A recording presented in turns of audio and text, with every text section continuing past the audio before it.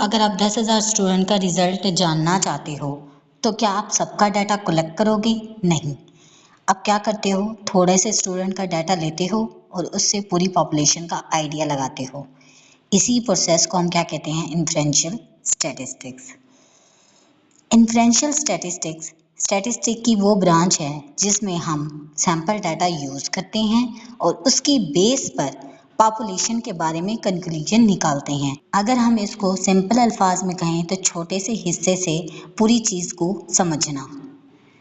अब हमारे पास है पॉपुलेशन, पूरा ग्रुप जिसमें हम स्टडी करना चाहते हैं। फॉर एग्जाम्पल यूनिवर्सिटी के तमाम स्टूडेंट्स, वो हमारा क्या होगी? पॉपुलेशन। इसके बाद सैंपल, पॉपुलेशन का छोटा सा हिस्सा। फॉर एग्जाम्पल हम क्या करेंगे? 100 स्टूडेंट सिलेक्ट कर लेंगे, वो क्या होगा हमारे पास? सैंपल।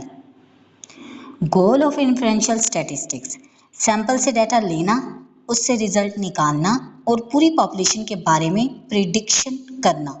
मतलब सैंपल अप्रोचेस पॉपुलेशन इन्फ्लुएंसेस। इसके बाद हमारे पास आता है types of inferential statistics. First one is that estimation, यानी कि अंदाज़ा लगाना। इसका यूज़ होता है पॉपुलेशन के किसी पैरामीटर के एस्टीमेट लगाने के लिए। फॉर एग्जांपल एवरेज इनकम का अंदाज़ा लगाना। Now the second one is that hypothesis testing, मफरूज़े की जांच पड़ताल। इसका यूज़ होता है किसी क्लेम या अजम्पशन को टेस्ट करने के लिए। फॉर एग्जांपल क्या नया टीचिंग मेथड इफेक्टिव है या नहीं। हाइपोथेसिस टेस्टिंग में हम हाइपोथेसिस को कैसे बनाते हैं? नल हाइपोथेसिस से, इसका मतलब होता है कोई इफेक्ट नहीं है। इसके बाद हम देखते हैं अल्टरनेटिव हाइपोथेसिस H1, यानी कि इफेक्ट मौजूद है। इसके बाद हम देखते हैं डाटा कलेक्ट कहाँ से करना है, सैंपल डाटा जमा कहाँ से किया जा सकता है।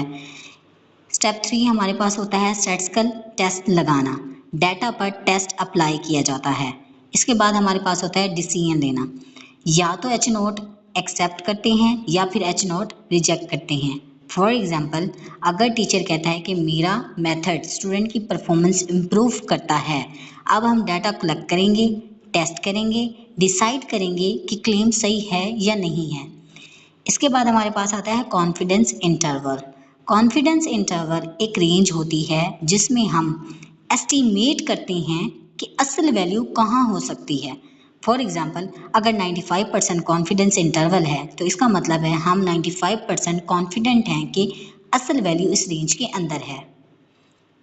नेक्स्ट हमारे पास है एरर इन इन्फ्रेंशियल स्टैटिस्टिक्स।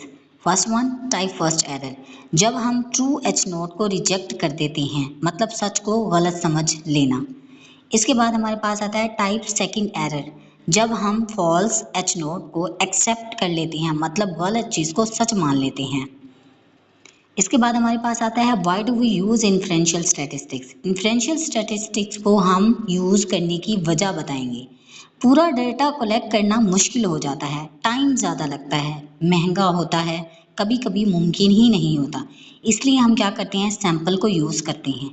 अब हम इसकी देखेंगे real life example. Election polls में थोड़े लोगों से पूछा जाता है और पूरे इलेक्शन का रिजल्ट प्रिडिक्ट किया जाता है। इसके इस्तेमाल देखेंगे अब हम।